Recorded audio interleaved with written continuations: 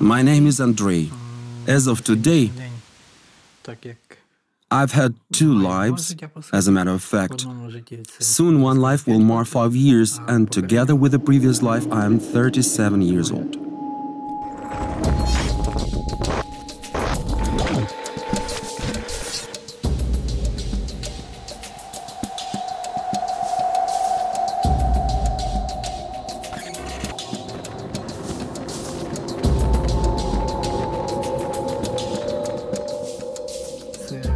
It was a nice sunny day, the first half of a day, but it felt spine-chilling. That was awful. The ammunition transport, which was being driven by Andrei, came under a sudden artillery shelling with Grad air defense systems. I drove behind the house, jumped out of the hauler, ran to the entrenchment, but I couldn't make it.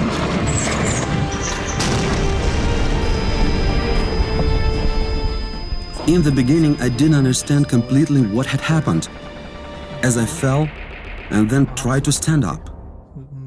I was uncertain of why I couldn't stand up. My leg almost didn't hold together. The same was with my arm. It was broken, I saw bones coming through my skin, and there was blood. Andrei was seriously injured, and the entire left side of his body was afflicted. His left leg was amputated immediately, and he feared his hand would be next.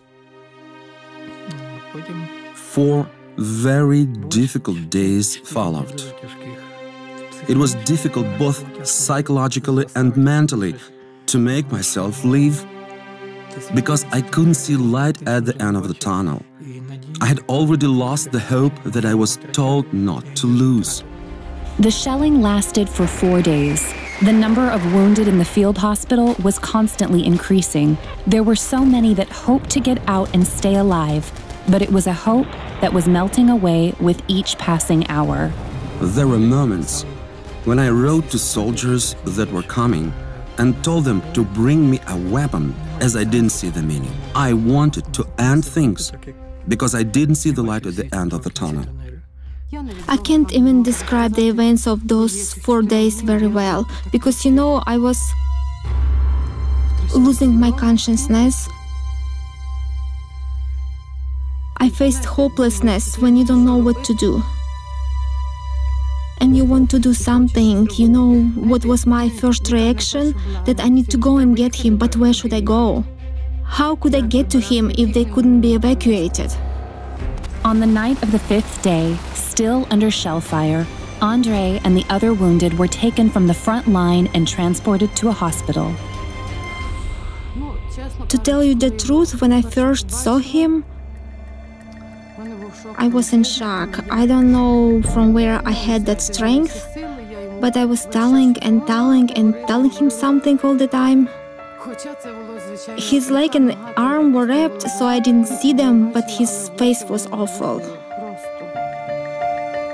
He was alive, but the most difficult thing remained: to undergo numerous surgeries, withstand a long rehabilitation process, and most importantly, find meaning in a life without the full use of his body. Those were the most difficult days, but they were somehow very happy, because we were spending a lot of time together. She was reading books to me, holding my hand, cleaning me from the dirt that was on me. It was painful and sad. In his mind, Andrei would return to the events of those days on the front line again and again, when he was already without a leg, torn to pieces, and lying in anticipation of the unknown. Those 4 days that I thought were my last were like a reboot that a computer goes through. The events of that 4th day would not leave his mind. The last night, when we finally had to be evacuated, there was shelling again, and the missile flew inside through the roof. It stuck into the cement in the spot where I was lying by the window. just about 1 to 1.5 meters away from me and started flashing. I closed my eyes and silently bid farewell to everything and everyone.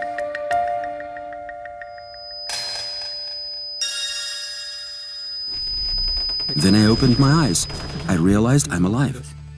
They were carrying me somewhere. Then I realized that God gave me a gift by not taking my life and showing me that even if I had 1% of hope or even a small fraction of hope, I needed to fight for my life. I shouldn't lose hope. Thanks to that missile, I withstood that transportation as our evacuation was going under fire.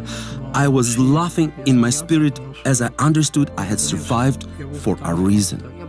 I wasn't aware of many things that happened, even after 2 months. It was a higher power that saved him, 100%. He was hit with one missile and then with another. It's impossible. It's impossible that he's alive other than by some higher power. I only believe that God helped, and that's it. I also thought a lot about that, and I decided that the missile landed for a reason. God showed me that I had to live and seek out resources. You should have some people, some things in your life that will help you to get on with your life. It is amazing if you can make someone keep living.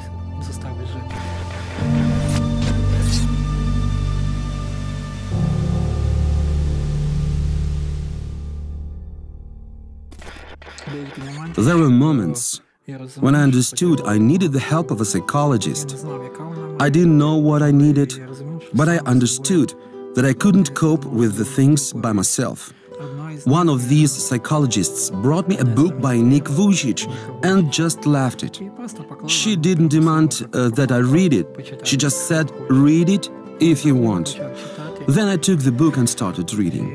I read it very quickly. Comparing his life with mine, I looked at myself and realized compared to him, thanks to God, I had more. It seemed shameful to give up in front of such a man saying, "I'm tired, I don't want to go on." So it helped me in life, and it's helping me now. There is a man who has less, but has achieved more than me. That light at the end of the tunnel became much brighter. The light that was so difficult to look for.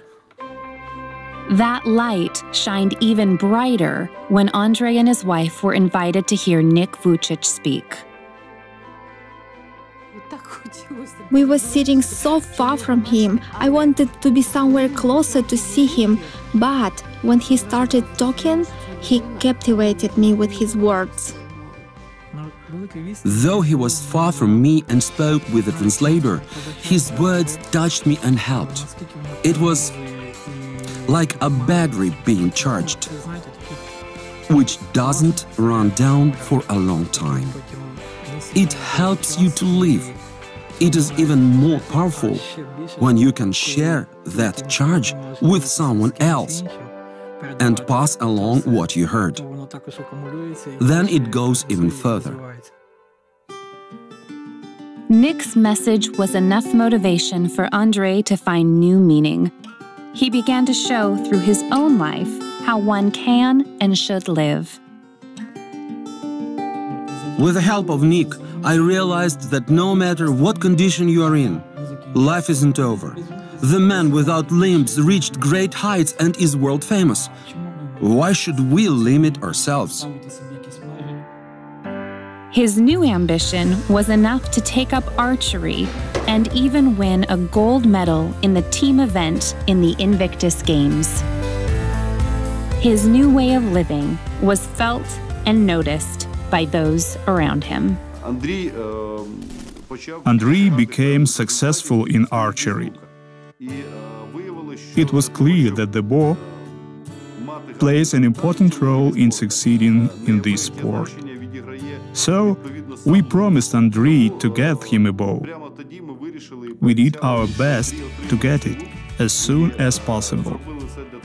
I'm sure that was personal motivation for Andrei. I'm sure it will help Andrei to achieve great results for our region. for himself personally and for our country. And to be a personal example, like Nick Vuijcic, for other people that really need encouragement. I'm really happy and very proud that we managed to realize this project so quickly. I think this project touched not only me, but it will encourage somebody else, and it will lead more people to lead a healthy lifestyle, because a healthy nation leads to success. Andrei is not going to stop with what he has achieved. He has many plans for the future. The Championship of Ukraine for people with disabilities will be happening soon. I want to give my best to win a slot on the national team and represent our country in other countries as a Paralympian. Sports aren't the only area where Andrei wants to realize his potential. Spiritual growth and inner peace are the foundation for all he does. In the beginning, I asked for psychological help, but there wasn't any. Therefore, last year, I went to study at the Lviv Polytech University in the Faculty of Psychology. Now, I'm a second-year university student. With my life experience, I want to make the most out of the knowledge provided and put everything together to try to help people. The filming of Andrei's story coincided with the visit of Nick Vuijcic to Ukraine. Andrei had dreamed of giving Nick a hug and telling him in person how he had inspired him to a new beginning and where that had led. I am achieving my dreams by accomplishing my goals. Come give me a hug, Mimi. Спасибо, спасибо, Андрей. Спасибо, Ник, за то, что ты вдохновляешь. Thank you. Артур, сфотографируй, пожалуйста. Who has his camera?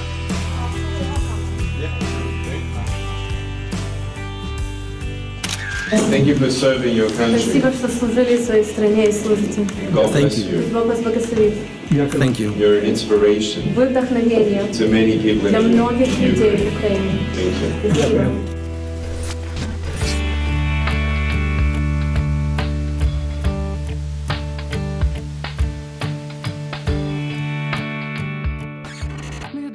I think this book of Nick Vuijcic and his life in general can be an example for any person to overcome difficulties and live for the sake of life. I just imagine Nick without limbs and the achievements he makes. Why should I do any less?